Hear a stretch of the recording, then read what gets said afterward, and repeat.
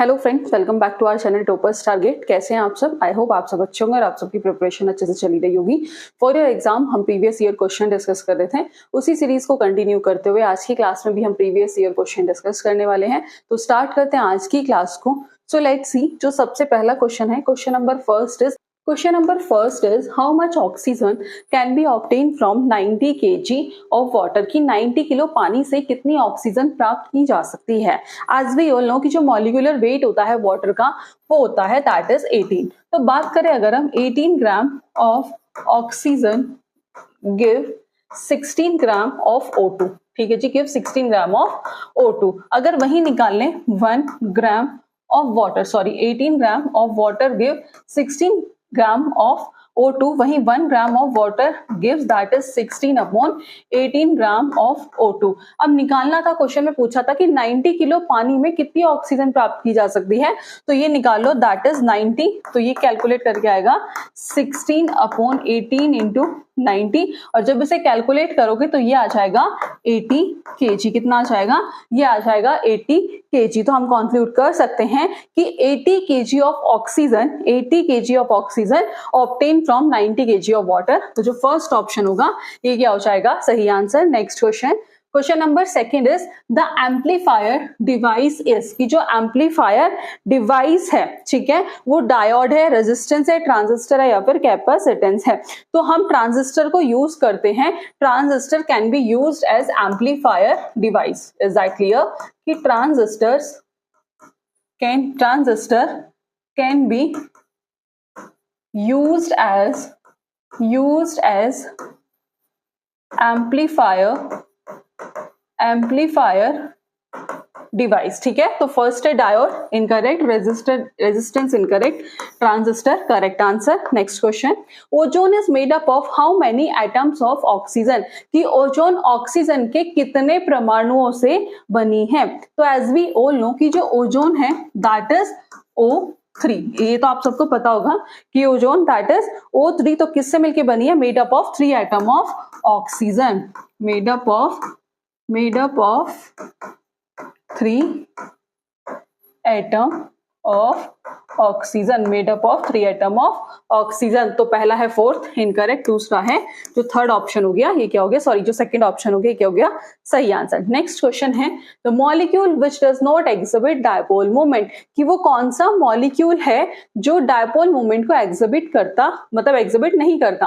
तो बात करें NH3, H2O, CHCl3, CCl4, तो इसे समझते हैं। वैसे तो जो इसका आंसर है वो है CCl4, बट एक बार इसे अंडरस्टैंड करेंगे। तो बॉन्ड पोलैरिटी तो क्या होता है? इन अ कोवेलेंट केमिकल बॉन्ड, जो मोर इलेक्ट्रोनेगेटिव एलिमेंट होता है उसके पास ज्यादा टेंडेंसी होती है इलेक्ट्रॉन क्लाउड को अपनी तरफ अट्रैक्ट करने की। तो वन ऑफ द एटम जो ज्यादा इलेक्ट्रोनेगेटिव है उसके पास आ जाएगा नेगेटिव चार्ज, और कम जो लेस इलेक्ट्रोनेगेटिव है उसके पास आ जाएगा पार्शियल पॉजिटिव चार्ज। तो वो एक डायपोल क्रिएट करेंगे। The stronger the separation of charges, the stronger is the polarity of the bond। तो when the electronegativity difference is 0, तो जो बॉन्ड होगा वो कैसा होगा? Non polar covalent. बात कर लेते हैं डायपोल मूवमेंट। तो जो डायपोल मूवमेंट है वो अराइज कब होगा? वो होगा in a polar bond, be it ionic और covalent. The greater the separation of charge between the atoms in both, तो क्या होगा?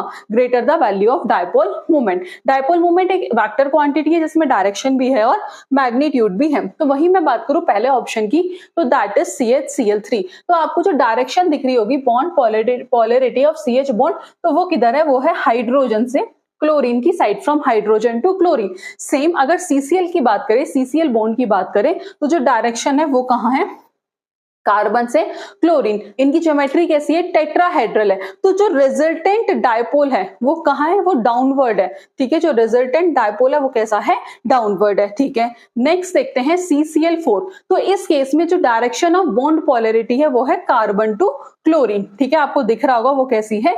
वो है कार्बन टू क्लोरीन। अब इसका जो स्ट्रक्चर है वो भी, ये भी कैसा है? टेट्राहेड्रल मॉलिक्यूल्स है। तो सेंट्रल कार्बन एटम किससे बॉन्डेड है? वो है 4 क्लोरीन एटम से। तो जो CCl बॉन्ड है वो कैसा है, पोलर है, बिकॉज क्योंकि इनमें क्या है, इनकी इलेक्ट्रोनेगेटिविटी में डिफरेंस है बिटवीन कार्बन एंड क्लोरीन। तो due two symmetrical tetrahedral shape जो डायपोल मूवमेंट होगा फोर CCl बॉन्ड वो एक दूसरे को क्या कर देगा, कैंसिल कर देगा, जिसकी वजह से ओवरऑल डायपोल मूवमेंट क्या हो जाएगा, जीरो हो जाएगा। और अगर ओवरऑल डायपोल मूवमेंट जीरो है तो ये कैसा है, नॉन पोलर, और यही आपका होगा सही आंसर। यही क्या हो जाएगा, सही आंसर। तो जो फोर्थ ऑप्शन होगा that is the correct answer.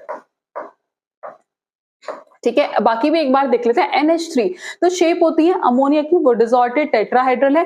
As we all know कि जो नाइट्रोजन होता है वो ज्यादा इलेक्ट्रोनेगेटिव होता है हाइड्रोजन से, तो जो बॉन्ड मूवमेंट होगा वो किसकी तरफ होगा, वो होगा टूवर्ड्स नाइट्रोजन। तो नाइट्रोजन के पास लोन पेयर भी है, तो एज अ लोन पेयर ये कैसा हो जाएगा, ये और ज्यादा पोलर हो जाएगा। तो जो रिजल्टेंट डायपोल है वो किसकी तरफ है, अपवर्ड साइड है। ठीक है, after that H2O as we all know कि जो ऑक्सीजन है वो सेंट्रल मॉलिक्यूल है, और ऑक्सीजन की इलेक्ट्रोनेगेटिविटी भी ज्यादा है किसके कंपैरिजन में, हाइड्रोजन के कंपैरिजन में। तो जो OH बॉन्ड है, ठीक है, एक्ट टूवर्ड इट, तो देयर आर, और एज वी ऑल नो कि इसके पास दो लोन पेयर ऑफ इलेक्ट्रॉन होंगे, तो इसके पास ये और ज्यादा इलेक्ट्रोनेगेटिव है, तो net dipole moment act upward. ठीक है जी, तो जीरो किस केस में हुआ था, वो हुआ था CCl4 के केस में।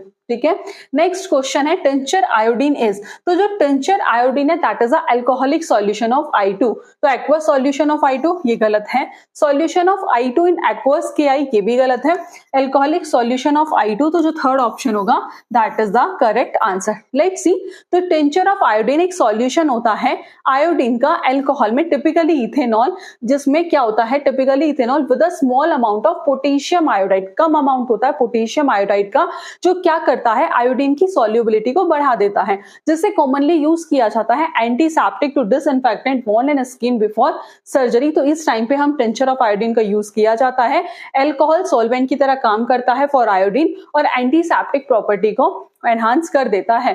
तो tincture iodine usually apply topically bacteria को किल करने के लिए और इन्फेक्शन से बचने के लिए इसका यूज किया जाता है। नेक्स्ट क्वेश्चन है the first model of an atom was given bye, कि परमाणु का पहला मॉडल किसके द्वारा दिया गया था, वो दिया गया था किसके द्वारा, J.J.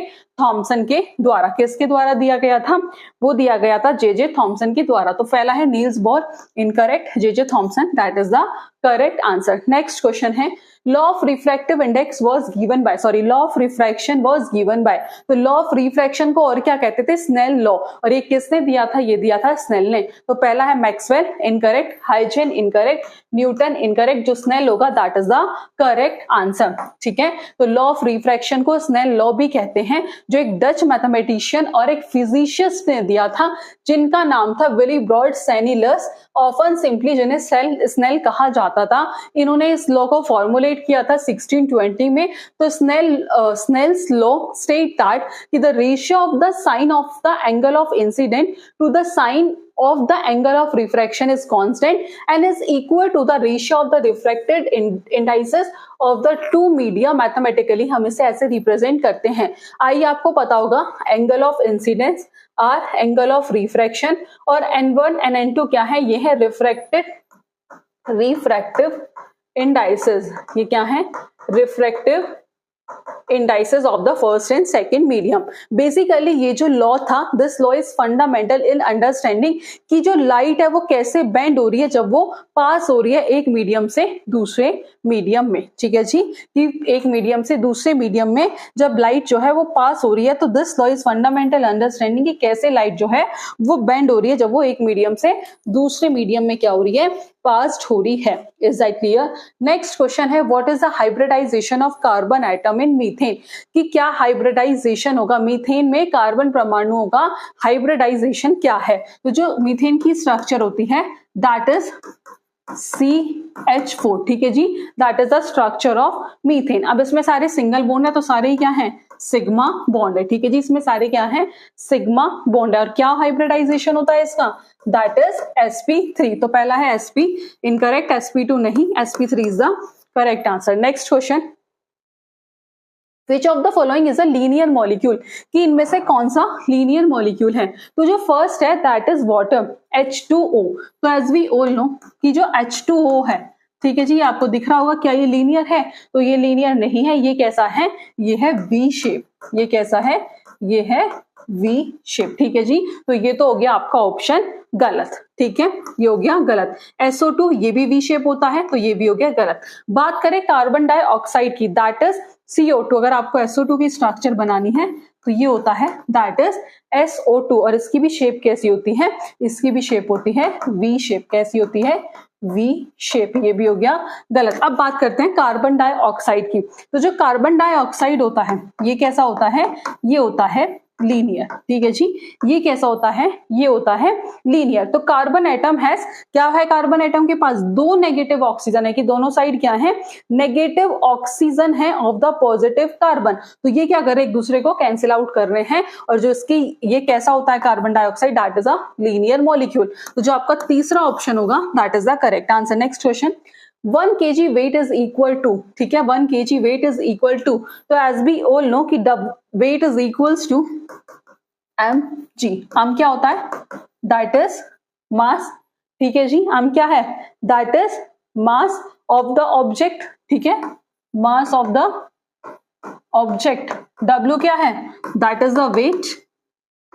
ठीक है, W क्या है, दैट इज द वेट। और बात करें G क्या है, that is gravitational acceleration. Gravitational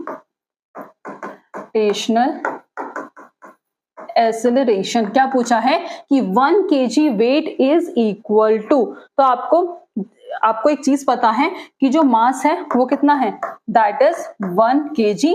और जो G की वैल्यू होती है as we all know that is 9.8 metre पर सेकेंड स्क्वायर। जी की वैल्यू जो होती है 9.8 मीटर पर सेकेंड स्क्वायर। तो W is equals to m into जी। तो W is equals to 1 into 9.8। और इसे कैलकुलेट करोगे तो कैलकुलेट करके क्या आएगा, दैट विल बी 9.8 न्यूटन। ठीक है जी, ये कितना आ जाएगा, 9.8 न्यूटन। तो पहला ये ऑप्शन क्या हो गया, सही answer. Next question, A metal in which even iron can float। ठीक है, सोडियम, मैग्नीशियम, मैग्नीज, मरकरी। तो दैट इज मरकरी। और एक ऐसा metal which is liquid at room temperature, और जिसकी जो डेंसिटी होती है वो क्या होती है, हाई होती है।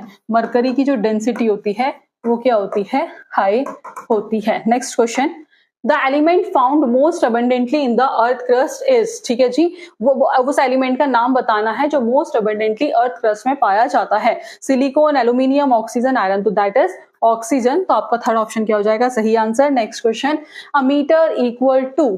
ठीक है, 1 मीटर किसके बराबर है, तो जो 1 मीटर होता है वो होता है 1 मीटर इज इक्वल्स टू, ठीक है, ये है 10 रेज टू पावर 10 एंजिस्ट्रॉम। ठीक है, जो ये है ये क्या है, that is 10 raise to power 10 angstrom. ठीक है जी, तो 1 मीटर किसके इक्वल होता है, ये होता है 10 रेज टू पावर 10 एंजिस्ट्रॉम। तो जो पहला ही ऑप्शन क्या हो जाएगा, ये हो जाएगा सही आंसर। तो एंजिस्ट्रॉम क्या होता है, that is the unit of length used to major.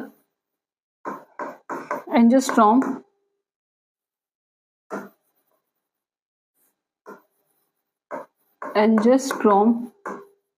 is the unit of length used to measure. ठीक है, एंजिस्ट्रॉम क्या होता है, that is the unit of length, जिसे हम यूज किस लिए करते हैं, बहुत स्मॉल डिस्टेंस को मेजर करने के लिए इसका यूज किया जाता है, वेरी स्मॉल डिस्टेंस। ठीक है, तो जो पहला ऑप्शन हो जाएगा वो क्या होगा, सही आंसर। नेक्स्ट क्वेश्चन है, the outer most electronic configuration of the most electronegative element is. आपको क्या बताना है कि आउटर मोस्ट इलेक्ट्रॉनिक कॉन्फ़िगरेशन बताना है कि वो एलिमेंट जो सबसे ज्यादा इलेक्ट्रोनेगेटिव होता है। तो सबसे ज्यादा electronegative that is fluorine. Atomic number 9 और configuration 1s2 2s2 and 2p5 5 6 7 8 9। तो ये हो जाएगा ns2 np5। तो लेट्स सी ns2 n6, ये गलत, ये गलत, ये गलत। जो आपका फोर्थ ऑप्शन होगा ये क्या हो जाएगा, सही answer. Next question, the nitrogen molecule has, कि नाइट्रोजन मॉलिक्यूल के पास कितने सिग्मा और कितने पाई बॉन्ड होते हैं। तो सिंपल है, n2। ठीक है, तो इसकी स्ट्रक्चर क्या होती है, n triple bond n, that is nitrogen molecule. तो इसमें क्या होता है, इसमें एक सिग्मा बॉन्ड है। ठीक है जी, इसमें क्या है, इसमें एक सिग्मा बॉन्ड है और दो क्या है, दो हैं पाई बॉन्ड। तो ऑप्शन देख लेते हैं, पहला है 1 सिग्मा 1 पाई, गलत, 1 सिग्मा एंड 2 पाई, तो जो आपका दूसरा ऑप्शन हो जाएगा ये क्या हो जाएगा, सही आंसर। नेक्स्ट क्वेश्चन है acetone is mix with bleaching powder, तो जब एसीटोन मिक्स होता है ब्लीचिंग पाउडर के साथ तो वो क्या फॉर्म करता है, वो करता है क्लोरोफॉर्म, तो जो पहला ऑप्शन हो जाएगा वो क्या होगा, सही answer. Next question, the nitrogen molecule, question फिर से रिपीट है, एक बार फिर से एक्सप्लेन कर दूं, जो नाइट्रोजन मॉलिक्यूल की जो स्ट्रक्चर होती है वो ये होती है, इसमें एक सिग्मा होते हैं और 2 पाई बॉन्ड होते हैं, तो ये आपके ऑप्शन सही है, 1 सिग्मा 1 पाई गलत, 2 सिग्मा 2 पाई भी नहीं है, 1 sigma and 2 pi is the correct answer. Next question, which of the following ion has the smallest diameter, इनमें से किस आयन का जो डायमीटर है वो स्मॉलेस्ट होता है, तो बात करें ये क्या है, ये आइसो इलेक्ट्रॉनिक स्पीसीज है, आइसो इलेक्ट्रॉनिक स्पीसीज जिसमें नंबर ऑफ इलेक्ट्रॉन्स क्या होते हैं, सेम होते हैं, जिसमें नंबर ऑफ इलेक्ट्रॉन्स क्या होते हैं, सेम होते हैं। तो अगर मैं आयन्स लिखूं तो जैसे दैट इज O2 नेगेटिव, ये क्या है, दैट इज अ आयन, ठीक है जी। उसके बाद लिखेंगे Na पॉजिटिव, F नेगेटिव और Al3 पॉजिटिव, ये सब क्या है, ये सब हैं आयंस। अब इनका एटॉमिक नंबर लिख लो, एज वी ऑल नो कि जो ऑक्सीजन का एटॉमिक नंबर होता है वो होता है 8, इसका होता है 11, इसका होता है, फ्लोरीन का होता है 9 और एल्यूमिनियम का होता है 13। अब इसमें लिखो number of electrons, number of electrons, तो इसमें कितना चार्ज है, -2, तो ये हो जाएगा 10, ये हो जाएगा 10, फ्लोरीन में हो जाएगा 10 और ये हो जाएगा 10, तो इन सब में जो नंबर ऑफ इलेक्ट्रॉन्स हैं वो क्या है, सेम है। तब आप एक लाइन नोट करके लिख लीजिएगा कि size of the iso electronic decrease, size of the size of the iso electronic decrease increase atomic number, की जैसे जैसे एटॉमिक नंबर बढ़ता है तो आइसो इलेक्ट्रॉनिक स्पीसीज का जो साइज है वो क्या होता है, वो डिक्रीज होता है। तो इसका जो ऑर्डर होगा दैट इज O2 नेगेटिव, ठीक है, आफ्टर दैट F नेगेटिव, ठीक है, O2 नेगेटिव, उसके बाद F नेगेटिव, उसके बाद Na पॉजिटिव और उसके बाद Al3 पॉजिटिव। तो जैसे जैसे एटॉमिक नंबर बढ़ रहा है वैसे उसका साइज जो है वो डिक्रीज हो रहा है। किसका स्मॉलेस्ट डायमीटर होगा, तो वो होगा Al3 पॉजिटिव का, तो जो फर्स्ट ऑप्शन होगा ये क्या होगा, सही आंसर। तो आइसो इलेक्ट्रॉनिक स्पीसीज जिसमें सेम नंबर ऑफ इलेक्ट्रॉन्स होते हैं बट न्यूक्लियर चार्ज डिफरेंट होता है, Al3 positive, Na positive, F negative, O2 negative, सबके पास क्या है, 10 इलेक्ट्रॉन है, तो ये आइसो इलेक्ट्रॉनिक स्पीसीज है but there radius is different क्योंकि इनके न्यूक्लियर चार्जेस में डिफरेंस है, तो आयनिक रेडियस जो है वो डिक्रीज होती है along a period for isoelectronic species. Next question, baking soda is, तो एज वी ऑल नो कि जो बेकिंग सोडा होता है तो baking soda sodium bicarbonate, sodium bicarbonate जिसका फॉर्मूला होता है NaHCO3, तो पहला Na2CO3.NH2O, Na2CO4, ये भी गलत, ये भी गलत, fourth option is the correct answer. Next question, two acetoxy benzoic acid is called, तो एंटीसेप्टिक कहते हैं, एंटीबायोटिक कहते हैं, एस्पिरिन कहते हैं या फिर मॉडर्न डाई कहते हैं। तो एस्पिरिन को क्या कहा जाता है, एसिटाइल सैलिसाइक्लिक एसिड, और 2-एसिटॉक्सी बेंजोइक एसिड ये क्या है, सैलिसाइक्लेट मेडिकेशन, ओफन जिसे हम पेन, लवर, इन्फ्लेमेशन को ट्रीट करने के लिए यूज करते हैं, ठीक है जी।